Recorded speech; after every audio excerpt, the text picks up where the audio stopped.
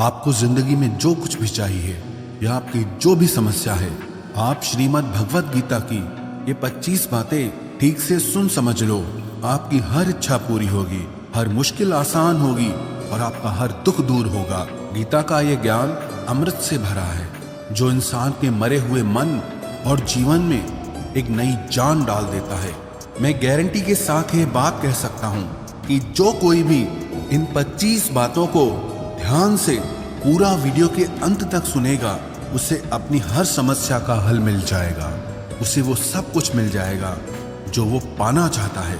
श्रीमद् भगवत गीता का सबसे पहला उपदेश यह है कि जिंदगी में कभी भी खुद को किसी का मोहताज मत बनाना, क्योंकि जब तक आप किसी के मोहताज नहीं होते तब तक आपको कोई दुख नहीं पहुंचा सकता, कोई आपका फायदा नहीं उठा सकता। जिस इंसान के आप मोहताज हो जाओगे वो आपको एक्सप्लॉइट करना शुरू कर देता है। जिस दिन आपने अपने जीवन को किसी का मोहताज बना दिया, उसी दिन से आपको उसकी गुलामी करनी पड़ती है। औरों की तो छोड़ो, जो लोग अपने नौकरों के, काम वाली बाइयों के मोहताज हो जाते हैं तो उनका सब कुछ सहना शुरू कर देते हैं, क्योंकि उन्हें पता होता है कि आपका काम उनके बिना चल ही नहीं पाएगा और आप खुद से खुद का काम कर नहीं पाएंगे और दूसरा कोई आपको मिल नहीं रहा तो उनका आपको परेशान करना शुरू हो जाता है। लेकिन जब उन्हें यह समझ आता है कि आप अपना काम खुद कर सकते हैं, आपको दूसरे 1000 ऑप्शन मिल सकते हैं, तो वो चुपचाप अपना काम करेंगे। अब अगर आप कोई ऐसी नौकरी करते हैं जहां आपके बॉस के गलत होते हुए भी आप उसका टॉर्चर सहते रहते हैं, तो आपको पता होता है कि आप उसके मोहताज हैं और वो उसका पूरा फायदा लेता है। और तो और जिस घर परिवार में आप रहते हैं, अगर वहां भी आप किसी के मोहताज हैं तो वो आपको पूरा चूस लेता है, क्योंकि वहां आप 24 घंटे रहते हैं, कहीं और जा ही नहीं सकते। आपके सर पे चढ़ के नाचेगा वो इंसान और आपको पूरी तरह से अपने कंट्रोल में रखेगा। लोगों को बहुत मजा आता है अपने से कमजोर इंसान को अपने कंट्रोल में रखने के। आप चाहे 1000 उनके लिए अच्छा करो, चाहे हर वो काम करो जिससे उन्हें खुशी मिले, पर ऐसे लोग आपकी गर्दन को दबा के रखते हैं। आप में अगर कुछ प्रतिभा है तो आपके पंख ही काट दिए जाएंगे। हर वो कोशिश की जाएगी आपके साथ जिससे आप जिंदगी में कभी आगे ही ना बढ़ पाओ। किसी का मोहताज होना मर जाने से भी बदतर होता है। मोहताजी आपको गुलाम बनाकर रख देती है। आपने कभी गौर किया कि आपकी जिंदगी वही लोग खराब करते हैं जिनके आप मोहताज हो जाते हैं। आपका सारा दुख वहीं से आता है जिसके आप मोहताज होते हैं। मोहताजी सिर्फ शरीर या काम की नहीं होती, सबसे बड़ी मोहताजी मन की होती है कि जिंदगी में कोई हमें चाहिए, हमें संभालने के लिए, नहीं तो हम खुश नहीं रह पाएंगे। अकेलापन लोगों से झेला नहीं जाता है। फिर कई बार आप ऐसे लोगों से जुड़ जाते हैं जो आपकी इस मन की मोहताजी का पूरा फायदा उठाते हैं। आप उनसे रिश्ता इसीलिए जोड़ते हैं ताकि आपकी जिंदगी में थोड़ी खुशी आए, पर वो लोग आपको खून के आंसू रुलाते हैं, आपकी पूरी जिंदगी नर्क बना देते हैं। याद रखना एक बात, माँ बाप के अलावा ऐसा दुनिया में आज तक कोई पैदा नहीं हुआ है कि आप जिसके मोहताज हों और वो आपका फायदा ना उठाए। इसीलिए जिंदगी में कभी भी खुद को किसी का मोहताज मत बनाना। श्रीमद् भगवत गीता का दूसरा उपदेश ये है कि जब भी जिंदगी में खुद को अकेला महसूस करो, तब इस सच्चाई को ठीक से समझ लेना कि आप दुनिया में अकेले ही आए थे और अकेले ही जाओगे। वास्तविकता में यहाँ कोई आपका अपना नहीं है। एक दिन तो जो माँ बाप हमें जन्म देते हैं वो भी हमें अकेला छोड़ के चले जाते हैं, तो औरों से तो उम्मीद ही क्या करना। यदि कोई आपका साथ छोड़ दे तो याद रखना कि वो ईश्वर सदा आपके साथ है, वो कभी आपका साथ नहीं छोड़ता। गीता में श्री कृष्ण ने अर्जुन से कहा कि चाहे कोई मनुष्य मुझे माने या ना माने, लेकिन मैं इंसान का साथ कभी नहीं छोड़ता, क्योंकि ये सब मेरी ही संतानें हैं। ममैवांशो जीवलोके जीवभूत सनातन मनश्ष्ठानि इंद्रियाणि प्रकृति स्थानि कर्षति। इंसान को ईश्वर का ही अंश कहा गया है, इसलिए मनुष्य को ईश्वर की संतान कहा जाता है। इसीलिए आपको अकेलेपन से कभी दुखी नहीं होना चाहिए, कभी डरना नहीं चाहिए, बल्कि किसी गलत इंसान के साथ रहने से डरना चाहिए। एक कहावत है कि something is better than nothing, कि कुछ नहीं होने से कुछ होना बेहतर है। लेकिन एक और कहावत है कि nothing is better than nonsense, कि नॉनसेंस लोगों के साथ रहने से अच्छा है आप अकेले ही रहो। इसीलिए गीता का ये उपदेश हर इंसान के लिए बहुत जरूरी है जो खुद को अकेला समझकर दुखी हो जाते हैं। इसीलिए अकेलेपन से डरना, दुखी होना छोड़ दो, क्योंकि यहाँ कोई किसी का नहीं होता। गीता का तीसरा उपदेश यह है कि जीवन में जब भी कोई मुश्किल आए तो हिम्मत मत हारो, बस थोड़ा धीरज रखो। जो लोग मुश्किल वक्त में खुद को थोड़ा संभाल कर धीरज रखते हैं वो हर मुश्किल को आसानी से पार कर जाते हैं। एक राजा अपने गुरुजी के पास गया और उसने गुरुजी से जाकर बोला कि ऐसे तो राज्य में हर प्रकार की खुशहाली है, पर वक्त का कोई भरोसा नहीं है। अगर कभी जिंदगी में कोई मुश्किल वक्त आए, कोई बुरा वक्त आए, तो उस वक्त के लिए मुझे कोई मंत्र दीजिए, कोई शिक्षा दीजिए, कोई उपदेश दीजिए कि उस बुरे वक्त से कैसे बाहर निकलना है। तो गुरुजी ने उसे एक तावीज बांध कर दे दिया और राजा से कहा कि इस तावीज में मैंने एक मंत्र लिख कर रखा है। जब तुम्हारी जिंदगी में बहुत बुरा वक्त आए और तुम्हें लगे कि इससे बुरा तो अब कुछ हो ही नहीं सकता, उस समय पे ये तावीज खोल के तुम इस मंत्र को पढ़ लेना, तुम्हारे अंदर बहुत शक्ति आ जाएगी। और एक दिन ऐसा हुआ भी कि उस राजा के राज्य पे किसी दूसरे राजा ने आक्रमण कर दिया और इस राजा की ऐसी स्थिति हुई कि उसे अपना राज्य छोड़कर, पूरे शहर को छोड़कर अपने कुछ लोगों के साथ भागना पड़ा। उस समय पे राजा बहुत दुखी था और विचार करने लगा कि गुरुजी ने मुझे एक तावीज दिया था कि जब जिंदगी में बहुत बुरा वक्त आए तब इसे खोल कर पढ़ना और इसके अंदर जो मंत्र लिखा हुआ है वो मेरे अंदर शक्ति भर देगा। राजा ने विचार किया कि इससे बुरा वक्त और क्या हो सकता है। उसने गुरुजी का दिया हुआ वो तावीज खोला और उसके अंदर लिखा हुआ था कि ये वक्त भी गुजर ही जाएगा। इस वचन को पढ़कर राजा के मन में एक शक्ति आई, विश्वास जगा कि ये जो बुरा वक्त है ये भी टिकने वाला नहीं है, ये भी निकल ही जाएगा। इसलिए मुझे हिम्मत नहीं हारनी, वापस से अपनी सेना खड़ी करनी है। और उस राजा ने वापस से अपने सैनिकों को जमा करके अपनी सेना को खड़ा किया और उस राजा पे हमला करके अपना राज्य वापस प्राप्त किया। तो जिंदगी में स्थिति चाहे कितनी भी बुरी क्यों ना हो, वो हमेशा के लिए नहीं रहने वाली, वो भी एक दिन गुजर जाएगी। वक्त चाहे कैसा भी हो, एक दिन जरूर बदल जाएगा। हमारी जिंदगी में न जाने कितनी बार दुख आए, कितनी बार मुश्किल वक्त आया, लेकिन हम हर बार निकल जाते हैं। ऐसे ही आपकी जिंदगी में जब कोई मुश्किल वक्त आए, बुरा वक्त आए, तो मन में ये विश्वास रखना कि ये वक्त भी एक दिन गुजर ही जाएगा। इसलिए अपनी हिम्मत मत हारो। अगर आपके अंदर धीरज है तो आप बुरे से बुरे वक्त को भी जरूर पार कर जाओगे। श्रीमद् भगवत गीता का चौथा उपदेश ये है कि जब कोई आपके साथ धोखा या छल करे तो उसको कोसना या दुखी होना छोड़ दो, बल्कि उससे शिक्षा लो कि लोग असलियत में वैसे नहीं होते जैसा आप उन्हें समझ लेते हैं। यहाँ पर ना लोग अपने मुंह पर मुखौटा लगा के घूमते हैं। यहाँ हर इंसान खुद को अच्छा दिखाने की कोशिश करता है, अच्छा बनने की कोशिश कोई नहीं करता। आप किसी के साथ थोड़ा गलत व्यवहार करके तो देखो, उसका असली रंग सामने आ जाएगा। या फिर जब आपकी जिंदगी में कुछ मुश्किल वक्त आएगा तो भी आपको उसका असली रंग देखने को मिल जाएगा।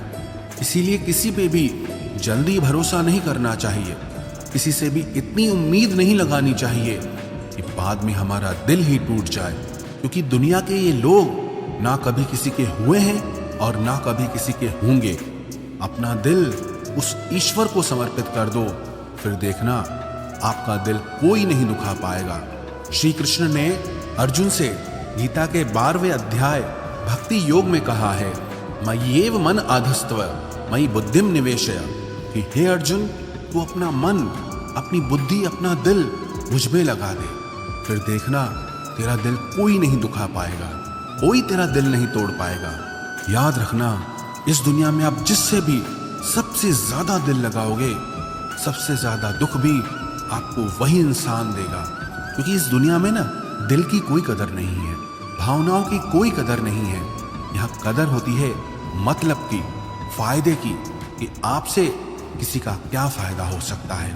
जब तक आपसे लोगों का मतलब है तब तक सब लोग आपसे अच्छा चलते हैं। जैसे ही उनका मतलब खत्म हो जाता है वैसे ही उनका बात करने का तरीका भी बदल जाता है। इसीलिए जब आप किसी से नया नया मिलते हैं तो उस पर यकीन मत करिए। वो सिर्फ एक मुखौटा है आपको दिखाने के लिए, आपको फंसाने के लिए। अब ये आप पर निर्भर करता है कि आप उसमें फंसते हैं या अपनी समझ से काम लेते हैं। गीता की 5वीं शिक्षा यह है कि आप अपने गुजरे हुए वक्त को भूल जाओ, क्योंकि अगर आप गुजरे हुए वक्त के दुख में जीते रहोगे, उसके पश्चाताप में जीते रहोगे, तो आज में आप कभी खुश नहीं रह पाओगे। समझदार लोग जो समय चला गया है उसका दुख कभी नहीं करते। आपका बीता हुआ कल कैसा भी क्यों ना हो, पर उसका प्रभाव आपके आज पर नहीं पड़ना चाहिए। जो भी आपके साथ हुआ उससे सबक लो, शिक्षा लो कि अब ये जिंदगी में आगे नहीं होने देंगे हम, और जीवन में आप आगे बढ़ जाओ। कई बार ना लोग रोते रहते हैं कि उस इंसान ने मेरे साथ इतना गलत किया, इसीलिए आज जिंदगी में मैं इतना दुखी हूं। लोग कोसते रहते हैं दूसरों को कि उसकी वजह से मेरी जिंदगी में दुख है, उसकी वजह से मेरी जिंदगी खराब हो गई है। लेकिन जब तक आप उसे कोसते रहेंगे आप जिंदगी में कभी खुश नहीं रह पाएंगे, कभी आगे नहीं बढ़ पाएंगे। जो हुआ, जो लोगों ने आपके साथ किया, उसे आप बदल नहीं सकते, लेकिन आपका आज आप जरूर बदल सकते हो। कल के दुख से छूटना चाहते हो तो कल में नहीं, आज में जीना शुरू करो। आपको ऐसा एक भी इंसान नहीं मिलेगा जो अपने कल में जीता हो और प्रसन्न रहता हो। आपको सिर्फ वही इंसान खुश रहेगा जो अपने आज में जीता है। कल में जीने वाला इंसान किसी न किसी पीड़ा से जुड़ा होता है, किसी न किसी दुख, किसी न किसी पश्चाताप से जुड़ा होता है। कल में जीना आपकी जिंदगी की सारी खुशियां छीन लेगा। तो जितना हो सके अपने पास्ट को भूल जाइए और अपने प्रेजेंट में जीना शुरू कीजिए। श्रीमद् भगवत गीता का 6ठा उपदेश यह है कि प्रेम उसी से करो जो आपके प्रेम के लायक हो। जिसे आपके प्रेम की कदर नहीं, उससे जितना दूर रहो उतना अच्छा होता है। आजकल लोग कहते हैं कि सबसे ज्यादा पीड़ा प्रेम देता है। लोगों ने प्रेम जैसी पवित्र चीज को गंदा कर दिया है, जहर बना दिया है। सबसे ज्यादा लोग एक दूसरे को प्रेम और भरोसे के नाम पर ही लूटते हैं। अगर आपका किसी से प्रेम नहीं है तो वो आपकी भावनाओं को चोट पहुंचा ही नहीं सकता। संबंध चाहे जो भी हो, हद से ज्यादा किसी से प्रेम करोगे और अगर वो उसके लायक नहीं तो सिवाय दुख के और कुछ नहीं मिलेगा। वास्तविकता में प्रेम पीड़ा नहीं देता, बल्कि ऐसे इंसान से प्रेम करना पीड़ा देता है जिसे आपके प्रेम की कदर नहीं है। तो प्रेम सिर्फ उसी इंसान से करो जिसे आपके प्रेम की कदर नहीं है। जहां आपको ये एहसास हो जाए कि आपके प्रेम की, आपके भावनाओं की किसी को कदर तक नहीं है, वहां से आप कृपया करके खुद को दूर ही रखें। गीता का 7वां उपदेश यह है कि हमारे रिश्तेदार ही हमसे सबसे ज्यादा जलते हैं। हमारी सफलता से सबसे ज्यादा दिक्कत हमारे रिश्तेदारों को ही होती है। बाहर वालों को कोई फर्क नहीं पड़ता कि आपकी जिंदगी में क्या हो रहा है, पर जो आपके रिश्तेदार होते हैं उनकी ना पूरी नजर रहती है आपकी जिंदगी पर। बाहर से तो वो यही कहेंगे कि आगे बढ़ो, सफल हो जाओ, खुश रहो जिंदगी में, पर जब उन्हें आप अपनी सफलता के बारे में बताएंगे, अपनी किसी कामयाबी की खबर उनको सुनाएंगे, तो उसे सुनकर उन्हें बिल्कुल भी खुशी नहीं होती। कई बार सारी दुनिया आपको पसंद करती है, आपके काम की तारीफ करती है, लेकिन आपकी कदर आपके घर में ही नहीं होती। महाभारत का युद्ध बाहर के लोगों में नहीं हुआ था, ये भाइयों के आपस की लड़ाई थी। पांडवों के हर सुख से दुर्योधन जलता था। जब भी पांडव किसी काम में सफल होते थे उससे बिल्कुल भी बर्दाश्त नहीं होता था। दुर्योधन हर कोशिश करता था पांडवों को नीचा गिराने का, जितना हो सके उन्हें दुखी करने का। और वही भाइयों की आपसी जलन महाभारत के युद्ध की वजह से हुई, जिसमें न जाने कितने अनगिनत लोग मारे गए। बाहर वाले को क्या फर्क पड़ता है कि आप कैसे जिंदगी जीते हैं, लेकिन ये जो रिश्तेदार होते हैं, ये जो करीबी लोग होते हैं, मजाल जो इन्हें आपकी खुशी बर्दाश्त हो जाए। सबसे खतरनाक होते हैं लोग, क्योंकि ये बाहर से बहुत मीठा चलते हैं, आपको अच्छे अच्छे शब्द कहते हैं, लेकिन आपके पीठ पीछे ये आपसे जरा भी खुश नहीं होते। तो इसीलिए किसी को भी अपना समझने से पहले आप ये जरूर चेक कर लें कि वो सच में आपका अपना है या सिर्फ अपनेपन का दिखावा हो रहा है। गीता का 8वां उपदेश ये है कि आज के युग में बहुत ज्यादा अच्छे मत बनो, नहीं तो ये दुनिया आपको लूट के कंगाल कर देगी। पांडवों की कहानी ये शिक्षा देती है कि ज्यादा अच्छा बनना आपको कई बार बहुत दुख दे सकता है। जो पांडव हमेशा धर्म पे चलते थे, कभी कोई गलत काम नहीं किया, लेकिन उनका सारा राजपाट चला गया। उनकी पत्नी को भरी सभा में नग्न करने की कोशिश की गई। भिक्षा लेकर के उन्हें अपनी जिंदगी गुजारनी पड़ी। कारण क्या था? वो कुछ ज्यादा ही अच्छे बन रहे थे। ये तो तब की बात है, और आज की दुनिया तो और बदल चुकी है। लोग न अच्छे इंसान को इज्जत कम देते हैं, बल्कि उसका इस्तेमाल ज्यादा किया जाता है। अगर आप भी लोगों के साथ अच्छा चलते हैं तो आप इस चीज को खुद अनुभव कर पाएंगे। आप जितना लोगों के साथ अच्छा चलते हैं, लोग आपके साथ उतना गलत व्यवहार करते हैं, लोग आपका उतना ज्यादा इस्तेमाल करते हैं। आप दूसरों की खुशी के लिए कुछ भी करते जाते हैं और लोग सिर्फ आपका एडवांटेज लेने में लगे रहते हैं। इसलिए आज के जमाने में खुश रहना है ना, तो बहुत ज्यादा अच्छे मत बनो। इसका मतलब ये नहीं कि आप बुरे इंसान बन जाओ। आप अपनी नजर में अच्छे बन के रहो। दुनिया की नजर में अच्छे बनने की कोशिश कभी मत करना। गीता का 9वां उपदेश ये है कि जहां आपके लिए प्रेम और इज्जत नहीं है, वहां कभी मत जाओ। महाभारत का युद्ध शुरू होने से पहले श्री कृष्ण हस्तिनापुर गए थे, पांडवों की तरफ से शांति प्रस्ताव लेकर के। तब शकुनी ने दुर्योधन से कहा कि ये कृष्ण बड़ा मायावी है, अगर ये हमारे पक्ष में आ जाए तो समझ लो पांडव हार ही गए। तो इसकी सेवा करो, इसको अपने घर आने का निमंत्रण भेजो, इसे खुश करो। जब श्री कृष्ण हस्तिनापुर पहुंचे तो दुर्योधन ने उन्हें अपने घर आने के लिए कहा और श्री कृष्ण से कहा, आप मेरे घर पे रहिए, मेरा आतिथ्य स्वीकार कीजिए, मेरे घर में भोजन कीजिए। तो श्री कृष्ण ने दुर्योधन से कहा कि दुर्योधन, इंसान को किसी के घर तभी भोजन करना चाहिए, तभी जाना चाहिए, या तो उससे बहुत प्रेम हो, या तो हमारे जीवन में कोई बहुत बड़ी आपत्ति आ गई हो। ना तो मेरी जिंदगी में कोई आपत्ति आई है और ना ही तुम्हारा मुझसे कोई प्रेम है, तो तुम्हारे घर तो मैं कभी नहीं आऊंगा। तुम मुझे अपने घर बुला रहे हो सिर्फ और सिर्फ अपना मतलब पूरा करने के लिए, और मतलबी लोगों के घर कभी नहीं जाना चाहिए। इसलिए इससे हमको ये शिक्षा मिलती है कि जिसके दिल में आपके लिए प्रेम नहीं है, इज्जत नहीं है, वहां आपको कभी नहीं रहना चाहिए। आपको सिर्फ उसी जगह रहना चाहिए जहां आपकी कदर हो, आपको इज्जत मिले और जहां आपको प्रेम मिले। गीता का 10वां उपदेश ये है कि कभी भी अपने धन, अपने पद और बल का अभिमान नहीं करना चाहिए। दुर्योधन को बहुत अभिमान था कि मेरे पास भीष्म पितामह जैसे, द्रोणाचार्य और कर्ण जैसे योद्धा बैठे हैं, तो ये पांडवों को तो मैं यूं ही मसल के रख दूंगा। अपने धन का अभिमान था, अपने पद और शक्ति का अभिमान था, लेकिन वो अभिमान ही एक दिन उसके सर्वनाश का कारण बना। जो लोग अपने पैसे के अहंकार में या शक्ति के अहंकार में दूसरों को नीचा दिखाते हैं, दूसरों को चोट पहुंचाते हैं, एक दिन उनकी वही गलती उनका सर्वनाश कर देती है। इसलिए जीवन में आप चाहे कितने भी सफल हो जाएं, कितने भी बड़े इंसान हो जाएं, लेकिन उसका अभिमान दूसरों को कभी मत दिखाना।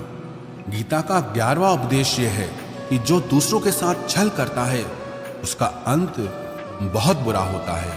दुर्योधन का मामा शकुनी और दुर्योधन ने पांडवों के साथ जीवन भर छल किया, पग पग पर उन्हें धोखा दिया, कभी ईमानदारी से उनके साथ नहीं चला, और उसका परिणाम दुर्योधन को ये मिला कि उनके दल का हर एक बड़ा योद्धा छल के द्वारा ही मारा गया, क्योंकि दुर्योधन ने जैसा कर्म किया था उसको वैसा ही फल मिला। सारा जीवन भर उसने छल किया, तो अंत में उसकी खुद की मृत्यु भी एक छल से ही हुई थी। इसीलिए कोई अगर खुद को बहुत ज्यादा चालाक समझता है कि दूसरे को धोखा दे दिया, दूसरे को बेवकूफ बना दिया, एक दिन कोई आएगा उसकी जिंदगी में भी जो उसको भी धोखा देगा। क्योंकि कर्मा सबके चेहरे याद रखता है। जो जैसा कर्म करता है उसको वैसा फल जरूर मिलता है। गीता का 12वां उपदेश ये है कि जो इंसान आपको बार बार चोट पहुंचाए उसे कभी माफ नहीं करना चाहिए। युधिष्ठिर ने दुर्योधन को बार बार माफ किया और उसका परिणाम यह हुआ कि उन्हें अपनी जिंदगी में बहुत बड़े दुखों का सामना करना पड़ा। वो इंसान अगर एक बार गलती करे तो माफ करना फिर भी ठीक है, लेकिन कोई अगर बार बार गलती करे उसे माफ करना आपको बहुत ज्यादा नुकसान पहुंचाएगा, क्योंकि वो गलती नहीं हो रही है उससे, वो उसकी आदत है, वो ऐसा ही है, वो हमेशा आपके साथ ऐसा करेगा। तो बहुत ज्यादा दयालु मत बनो। किसी को माफ करने में और बेवकूफ बनने में बहुत बड़ा अंतर होता है। किसी को अगर एक बार आप माफ भी कर रहे हो तो उस इंसान से आप जरूर सावधान रहना। कहते हैं आजमाए हुए को फिर आजमाना मिट्टी मुंह में डालने के बराबर होता है। जिससे धोखा खाया है, जिससे आपको तकलीफ मिली है, उस पे भरोसा गलती से भी मत करना। तो माफ उतना ही करो जितने में आप बेवकूफ ना लगो।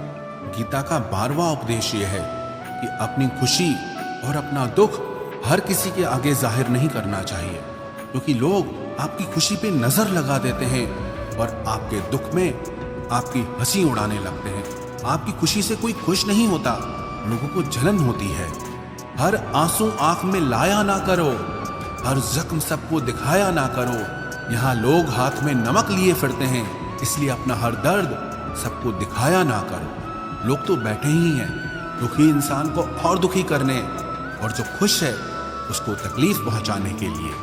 रही मन निज मन की व्यथा, निज मन राखो लेह। अपने मन की हालत अपने तक ही रखो, सिर्फ उसे बताओ जिससे उसे समझने की समझ हो। गीता का 14वां उपदेश ये है, आप चाहे कितने भी अच्छे हों, लेकिन अगर बुरे लोगों के साथ रहोगे तो आपका भी वही हाल होगा जो बुरे लोगों का होता है। भीष्म पितामह एक ब्रह्मचारी थे, धर्मात्मा थे, लेकिन वो अधर्म के पक्ष में खड़े हो गए। द्रोणाचार्य भी एक ब्राह्मण थे, लेकिन वो अधर्म के पक्ष में खड़े हो गए। तो अंत में उनका वही हाल हुआ जो एक अधर्मी इंसान का होता है। उनको मृत्यु के समय भयानक पीड़ा का सामना करना पड़ा। इसलिए गलत संग में कभी नहीं रहना चाहिए, क्योंकि कई बार आपको उनके संग में रहने की वजह से उनके ही कर्मों की सजा मिलने लगती है।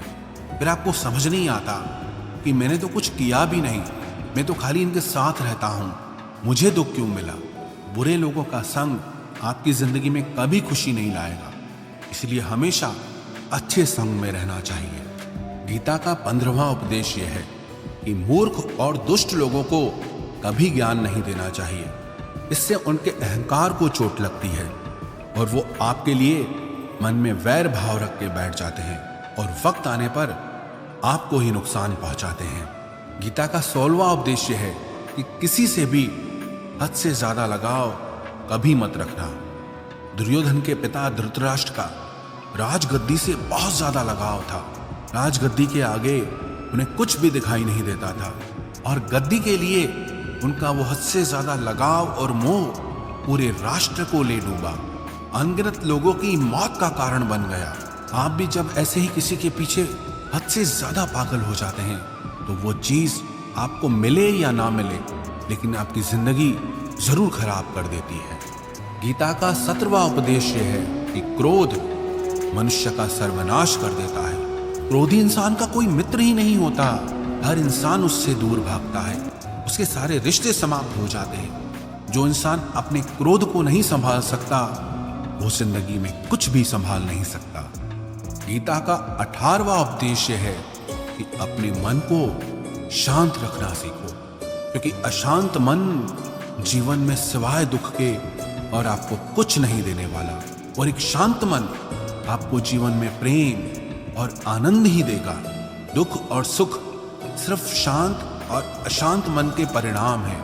अशांत मन दुख को ही जन्म देता है और शांत मन परम आनंद को जन्म देता है। गीता का 19वां उपदेश यह है कि आंखों से सच दिखने वाली बात पर भी एकदम से जल्दी भरोसा नहीं करना चाहिए। ऐसी बहुत कहानियां आपने सुनी होगी कि कई बार आंखों से दिखने वाली बात भी सच नहीं होती है। इसीलिए भरोसा करने में कभी भी जल्दबाजी मत करना। गीता का 20वां उपदेश ये है कि लोगों में अपना सहारा ढूंढना छोड़ दो। सबसे बड़ी आपके मन की यही कमजोरी होती है कि आप दूसरों में सहारा ढूंढते हैं, और यही चीज आपको कमजोर बनाती है। यही चीज आपका खुद पे विश्वास खत्म कर देती है। जो लोग सोचते हैं ना कि ये तो मेरा सहारा है, ये तो मुश्किल वक्त में मुझे काम आएगा, वही लोग मुश्किल वक्त में सबसे ज्यादा दुखी और अकेले पड़ जाते हैं। आप सिर्फ ईश्वर को अपना सहारा बनाओ। देखना, जब भी कोई मुश्किल आएगी ना, वो किसी न किसी को आपकी मदद के लिए भेज ही देंगे। दुनिया को सहारा मत बनाओ, कि वो खुद अपने लिए सहारा ढूंढ रहे हैं। वो आपका सहारा कैसे बनेंगे? तो अपना सहारा दुनिया को नहीं, ईश्वर को बनाना चाहिए। गीता का 21वां उपदेश यह है कि बहुत ज्यादा मीठे बोलने वालों से और ज्यादा तारीफ करने वालों से सावधान रहना चाहिए, क्योंकि लोग मीठा सिर्फ तभी बोलते हैं जब उनको आपसे अपना मतलब निकालना होता है। आपकी तारीफ भी सिर्फ तभी की जाती है जब उन्हें आपसे अपना काम निकालना होता है। याद रखना कि तारीफ आपको जिंदगी में कभी भी फ्री में नहीं मिलने वाली। अगर कोई आपकी तारीफ कर रहा है तो कुछ ना कुछ उसके लिए आपको चुकाना ही पड़ेगा। इसलिए जो बहुत ज्यादा मीठा बोलते हैं या जो आपकी तारीफ करते हैं, उनसे जरा सावधान रहना चाहिए। गीता का 22वां उपदेश यह है, जो आपके मुंह पे अपनापन दिखाए, आपकी पीठ पीछे आपको नुकसान पहुंचाए, ऐसे लोगों से दूर ही रहना। चाणक्य ने कहा है कि ऐसे लोग उस घड़े की तरह होते हैं जिसके मुंह पे तो अमृत लगा है, लेकिन जिसके भीतर जहर भरा हुआ हो। आप जिसे अमृत समझकर पी जाते हैं, वास्तविकता में वो जहर ही होता है। विष कुंभम पयोमुखम। तो ऐसे लोगों को जहर की तरह छोड़ देना चाहिए, जो अपनेपन का दिखावा करे और पीछे से हमेशा आपको नुकसान पहुंचाए। गीता का 23वां उपदेश यह है कि जिस रिश्ते में मर्यादाएं टूट जाती है, वहां सिर्फ सर्वनाश ही होता है। कोई आपसे बड़ा है या छोटा है, अगर वो रिश्तों में अपनी मर्यादाओं को तोड़ देगा तो वो रिश्ता कभी नहीं टिक सकता। रिश्ता सिर्फ तभी चलता है जब दो लोग एक दूसरे की इज्जत करते हैं, रिस्पेक्ट करते हैं और कभी अपनी लिमिट क्रॉस नहीं करते हैं। जिस रिश्ते में कोई लिमिट नहीं है, एक दूसरे के लिए इज्जत नहीं है, वो रिश्ता आज नहीं तो कल खत्म ही हो जाता है। गीता का 24वां उपदेश यह है कि जीवन में कई बार नया शुरू करने के लिए पुराने को पूरी तरह से मिटाना पड़ता है। श्री कृष्ण से कुंती ने पूछा था कि हे कृष्ण, क्यों तुमने इतना बड़ा महायुद्ध करवा दिया? तो श्री कृष्ण ने बोला कि अधर्म बहुत बढ़ गया था, और इस अधर्म का पूरी तरह से नाश करने के लिए, एक नए युग को लाने के लिए पुराने का सर्वनाश करना बहुत जरूरी होता है। जब कोई बिल्डिंग पूरी तरह से भंगार हो जाती है, बहुत पुरानी हो जाती है, तो उसे पूरी तरह से तोड़कर फिर से नवनिर्माण होता है। ऐसे ही आपके जीवन में भी आपको कुछ नया करना है तो पुराने को पूरी तरह से मिटाना होगा। गीता का 25वां उपदेश यह है कि इंसान ही आजकल इंसान का दुश्मन हो गया है। चाहे आप बिजनेस में देख लो, चाहे आप रिश्तों में देख लो, किसी भी फील्ड में आप देख लो, इंसान ही इंसान को नुकसान पहुंचा रहा है। इतना कंपटीशन बढ़ गया है, इतनी चोरियां बढ़ गई है, इतना क्राइम बढ़ गया है। शास्त्रों में जो कलयुग के लक्षण लिखे गए हैं ना, कि एक दिन इंसान ही इंसान को खाएगा, वो समय तो आ गया है। इंसान ही तो इंसान को खा रहा है, एक दूसरे का बिजनेस खा रहा है, एक दूसरे की नौकरियां खा रहा है, एक दूसरे की जिंदगी की खुशियां खा रहा है। इंसान जो दुखी है उसे और दुखी करो, जो खुश है उसे परेशान करो। यही तो हो गया है आजकल। कहने को तो सब इंसान है, लेकिन इंसानियत कहीं दिखती ही नहीं है। एक सेठ के घर से एक भिखारी निकल रहा था। उसने उस सेठ से कहा कि मुझे एक गिलास पानी पिला दीजिए, बहुत प्यास लगी है, बहुत दूर से पैदल चल के आया हूँ, मेरे प्राण निकल रहे हैं। तो वो सेठ बोला कि अभी आदमी नहीं है, आदमी आ जाए आपको पानी दे दिया जाएगा। थोड़ी देर बाद उस भिखारी ने सेठ से कहा, आप कृपया करके मुझे एक गिलास पानी पिला दीजिए, मैं चला जाऊंगा, मेरे प्राण निकल रहे हैं और आसपास में किसी का घर भी नहीं दिख रहा। तो उस सेठ ने कहा, मैंने कहा ना कि आदमी आने वाला है, वो आ जाए तो आपको पानी मिल जाएगा। फिर वो भिखारी उस सेठ से कहने लगा कि तुम खुद ही आदमी क्यों नहीं बन जाते, थोड़ी देर के लिए तुम ही आदमी बन जाओ। आजकल यही हो गया है, यहाँ कोई आदमी बनने को तैयार ही नहीं है। बस लोग एक दूसरे को नोचने में लगे हैं, एक दूसरे का फायदा उठाने में लगे हैं। इसलिए ही कलयुग को मतलबी युग कहा जाता है। ये लोग सिर्फ और सिर्फ एक दूसरे से अपने मतलब से ही जुड़े हुए हैं। तो गीता की ये 25 बातें अगर आप ठीक से समझ लेंगे और इन्हें हमेशा याद रखेंगे तो विश्वास रखना, दुनिया में किसी की ताकत नहीं है जो आपके मन को और आपके दिल को चोट पहुंचा सके, आपको दुखी कर सके।